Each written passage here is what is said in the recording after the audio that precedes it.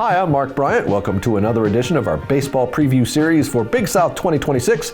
Time for UNC Asheville, welcoming Coach Alex Raburn to the studio today. Alex, thanks for being here. Thanks for having me. Well, let's jump right in. You're taking over the program after spending last year as an assistant. So what tweaks have you made with the squad? What are you emphasizing during preseason leading into the start of the year?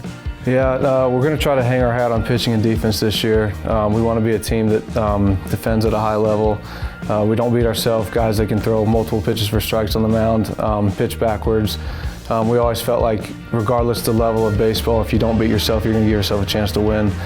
So when we went out to recruit this summer, we tried to go after elite strike throwers and guys that can defend and move all over the field and play multiple positions. So I'm big on not striking out offensively. So a lot of base runners for our guys kind of in the middle that can drive and run. So that's kind of going to be the identity of our team this year.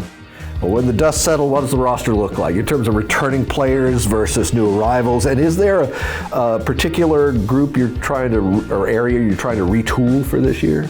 Yeah, we have 19 returners from last year, 13 transfers and 4 freshmen, so it's quite a few new guys. I felt really good with where we were at with our returning hitters. I think we have 5 or 6 returning starters, but I think we had to kind of retool on the mound. We were able to go out and get Lucas Boson. He's a transfer from Utah.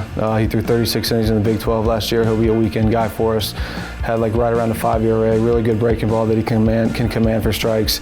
Cooper Smith comes from Flagler. He threw 92 innings his junior year and only walked 8, so that kind of fits our mold on the mound. Really good changeup.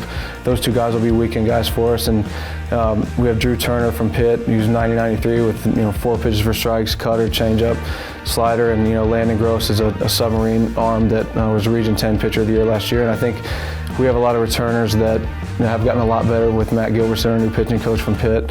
So I feel good with where we're at, and I guess we'll see what happens when the season starts. Let's talk about offense. Where's the hitting coming from? Do you have a big 3, or where is that in terms of where the runs are coming from this year? I'd say our most offensive guys would be Jake Manerick, Pat Gillen, and Blaze Johnson. That's kind of the heart of our order. We kind of tried to plan to get guys on base for them, maybe get them some more fastballs, but all 3 of them high contact guys, can drive the ball to the park at any time, so we want runners for them.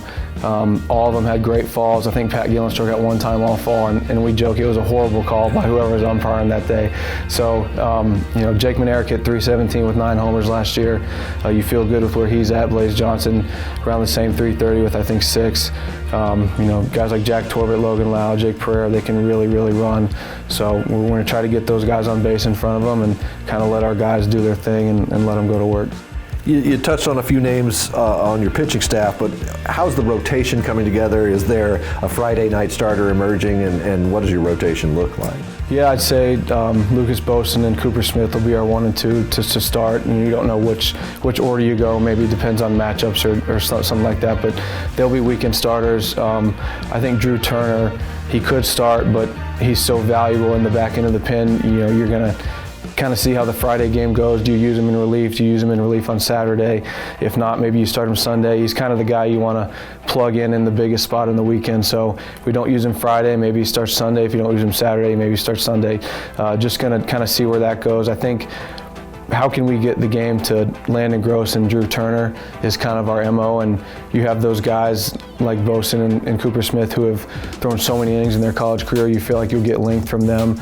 And I think on Sunday you have an option like Garrett Crum, but if we use him in relief on Friday and Saturday, there's some options, and I think there's those 5 or 6 guys, we're going to try to plug them in as best we can. Options are always good. It's a good thing. It's when you run out of options, that's right. That's the problem. The Bulldogs open February 13th at home, St. Bonaventure. Tell us a little bit about what you've got in the non-conference schedule coming up, what's notable, what should folks know about?